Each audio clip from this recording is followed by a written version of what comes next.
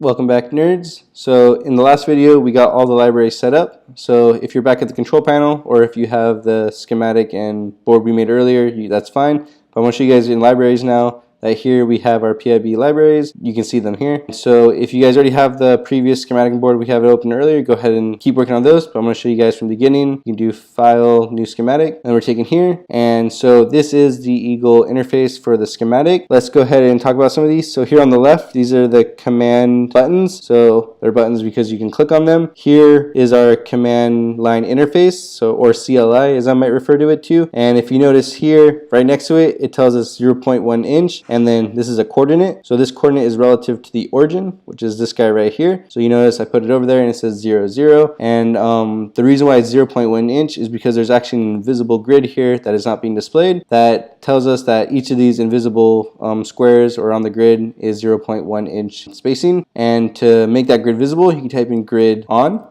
And then there, the grid is there in case you didn't believe me. And you'll notice that as we go to each section, it shows the grid update appropriately. To actually do that command that we did using command text all the time for everything, I'm not actually going to use many of these buttons. Maybe the first few to show you guys where they are. But after that, we're going to be using commands all the time. But to get to the grid, you go here in the top left and it says grid. And notice that we can also type grid. So you can click here or just type grid and push enter and the grid comes up. So here we've had the display on. If we turn it off and push enter, then the grid goes away. So one of the cool things, if you notice, we typed in grid and then on and turned it on. If we go back to grid, we'll see that it does display that it is now on. So that was a cute or cheeky shortcut for us to turn on the grid without actually having to open this up. And this helps you design a lot faster such that you don't have to keep on clicking on things to get anywhere. If you don't like lines, you can change them to dots. I'm going to go ahead and leave it on lines. For size, multiple, and alt, we recommend you leave everything as is here. So size 0.1, leave it as inch. If you're telling yourself, man, why are we using inches? We should be using the metric system. I absolutely agree. However, every schematic that anyone in Eagle that is contributing to open source has always made everything in inch. So we're gonna have to let it go and use inch here. When it comes to the board, we have the same grid layout and we'll actually use whatever unit you want. I like to use millimeter and we have the freedom to do so on the board. But in the schematic, we're gonna have to stick with inch and I would leave the size at 0.1. For multiple, leave it as 1. I've actually never used that before, so I don't know what it does. For alt, it has 0.01. Actually, this is okay to change to 0.05. Although I usually design using the snapping of 0.1. Sometimes having an alt of 0.5 is beneficial, but 0.01 is useless. I wish it would just default to half this. And when we use the board, you're going to notice that I like to keep my alt to be half the size. And I'll show you guys what the alt means in just a moment. So just trust me and leave it 0.05 for now. Click OK. Nothing should have changed here, and that's fine. Cool. So here on the left, there's some more commands. And again, you're going to notice that the name of them are what we can type in here. So grid, info, show, layer, group, move, mirror, blah, blah, blah, etc. And you guys can check those out and maybe click on each one to see what it does. We'll be using maybe 30%, 50% of them, but there are some that we won't use. And there's some that we use here in the schematic and not using the board, and some that we use in the board but not in the schematic. And you'll notice from schematic to board that we have the same interface, but some of our commands changes because the commands in the board are different from the commands in the schematic, or at least most of them. A lot of them stay the same, and those are the frequently used ones. So again, everything you do on the command buttons, we can use in the command text. So if we type in move, we're going to notice that the tool changed from what it was before to move. And if we type in mirror, we're going to see it change the mirror. And so here we see rotate, and if you guess, you type in rotate, and the tool changed to focusing on rotate. So one of the beautiful things about this command line too is it's always focused. So it doesn't matter if you're clicking around on the board or panning around or moving around, it'll always say such that you can type in there. And that really increases your design speed. Whether you're using a trackpad like I am or a mouse, you don't have to click here and do something and then click back here and do something. You can just type in and always keep your fingers on the keyboard except when you're panning around the view screen. And again, to pan around, if you're using a trackpad like I am, then you can just use your typical finger gestures that feel very intuitive. To pinch, to zoom out, and then to move it out, you zoom in. Unfortunately with the trackpad, panning around is relatively difficult. I mean, it's intuitive in that you use your two fingers to move around, but you'll notice that you'll hit walls where you can't move very far, and it's kind of annoying. So my favorite tool to use is the zoom one, which will zoom to fit, and this will mean more later. If you're using a mouse, then you can just hold down the middle click key and pan around freely. All right, so enough talking about the command line interface. Let's go ahead and start doing something meaningful and fun.